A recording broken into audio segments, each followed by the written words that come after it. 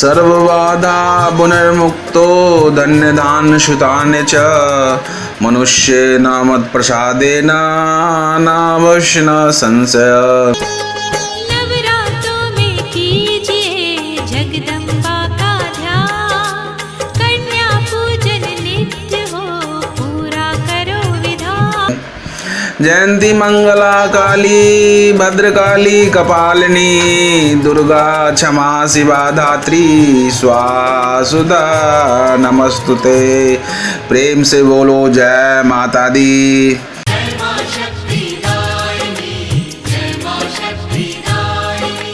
भक्तजनों, मैं पंडित रविशंकर आज मैं आपको नवरात्रा के कन्या पूजन के बारे में विस्तार से बताऊंगा। कन्या पूजन कैसे किया जाता है, किन परिस्थितियों में किया जाता है, अगर कोई विशेष व्यवधान हो उस व्यवधान को कैसे दूर करें और किस यथोचित प्रयास से इस कन्या पूजन को सफल बनाएं।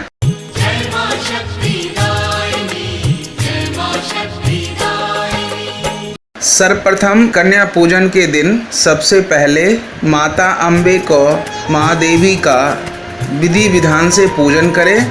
इसके बाद कन्या और एक बालक को साफ जल से पैर धोएं। फिर कन्याओं को आसन दें, आसन पर बिठाएं और माँ दुर्गा के सामने जहाँ भी या आपने जहाँ भी कलश बिठाया है उनके सामने उन सभी कन्याओं के साथ दीप प्रज्वलित करके उन सभी कन्याओं और एक बालक को बिठाकर तिलक लगाएं और कलावा बांधें, भोजन करवाएं और यथोचित दक्षिणा द्रव्य दें। कन्या पूजन के पश्चात कन्याओं को दिए जाने वाले विशेष उपहार के बारे में आपको बताने जा रहा हूँ, जिससे माता प्रसन्न होती है, जिससे धन्य धान पुत्र पौत्र की प्राप्ति होती है, हमेशा विजय होती है, सिद्धि प्राप्त होती है।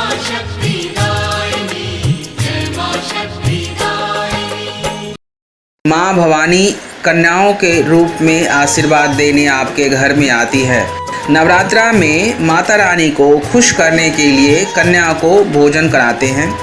भोजन कराने के साथ साथ कन्याओं को भेंट में उपहार भी दिया जाता है। इन कन्याओं के आदर के साथ घर में बुलाना चाहिए और इन्हें सम्मान के साथ भोजन करवा के भेंट देनी चाहिए। आज हम आपको बता रहे हैं कि ऐसे 5 उपहार देने से माँ भगवती प्रसन्न होती है। उपहार में लाल वस्त्र देने का विशेष महत्व है। अगर किसी वजह से आप लाल वस्त्र देने में असमर्थ हैं तो सभी कन्याओं को लाल चुनरी दे सकते हैं। लाल रंग को वृद्धि का प्रतीक माना जाता है। लाल रंग माँ के पोशाक होने के कारण बेहद ही शुभ माना जाता है। वहीं लाल वस्त्र देने से आपका मंगल मजबूत होता है और मंगल मजबूत होने से सिद्धि प्राप्त होती है। दूसरा, इसमें फल देने का भी बहुत महत्व है, जिसमें मौसमी फल का विशेष महत्व है। इनमें कन्याओं को आप केला और नारियल दे सकते हैं। माना जाता है कि केला विष्णु जी के प्रिय हैं और नारियल यानी श्रीफल लक्ष्मी जी के प्रिय है। इन दोनों फलों को दान करने से आपके घर में सुख समृद्धि और संतति की वृद्धि होती है। कन्या भोजन कराने के बाद कम से कम एक मिष्टान जरूर दें। अगर ना हो सके तो साफ सुथरे ढंग से सूजी या आटे का हलवा बनाकर कन्याओं को भोग लगा सकते हैं, उनको खिला सकते हैं। ऐसा करने से आपके गुरु मजबूत होंगे, बृहस्पति मजबूत होंगे, तो आपके माता प्रसन्न होगी और धन्य धान्य प्राप्त होगा। कन्याओं के भोजन के पश्चात भेंट में श्रृंगार देने का भी मान्यता है। श्रृंगार देना भी चाहिए या श्रृंगार सामग्री माता को अर्पित करनी चाहिए। उसमें महावर, बिंदी, चूड़ी लाह का हो, लाह की चूड़ी हो तो बहुत अच्छा, लाह का नहीं हो तो कांच का, अन्यथा जो भी उपलब्ध हो। इसमें बिंदी, सिंदूर, काजल सभी सामग्री को एक वस्त्र में, एक चुन्नी में बांधकर माता के चरणों में यानी कन्या के चरणों में प्रस्तुत करना चाहिए।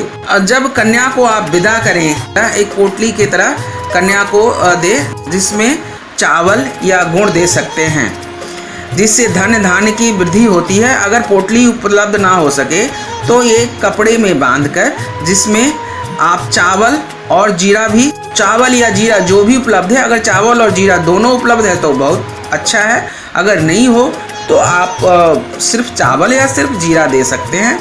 इससे घर में संपन्नता बढ़ती है। कन्या को विदा करते समय उन्हें दक्षिणा के स्वरूप कुछ रुपये पैसे जरूर देना चाहिए। ऐसा करने से माँ लक्ष्मी प्रसन्न होती है और आपके घर में भंडार भरती है। कन्याओं को समर्थ के अनुसार 11, 21, 51 या हो सके तो स्वर्ण मुद्रा या चांदी का मुद्रा भी आप भेंट कर सकते हैं। ये सारी चीज़ें, ये सारी व्यवस्था, ये सारी पूजा पाठ और भक्ति यथानुसार ही करना चाहिए। किसी भी शास्त्रों में कोई ऐसा वर्णन नहीं है कि कर्ज लेके कोई पूजा पाठ, यथा योग यथा संभव भाव भक्ति से इस पूजा को करनी चाहिए।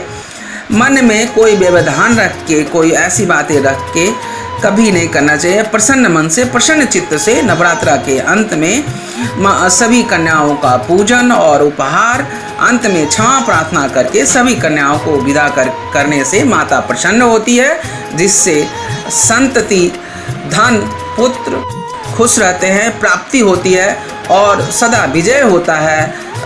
पूरे वर्ष आनंद और उत्साह के साथ बीतता है। धन्यवाद। जय माता दी।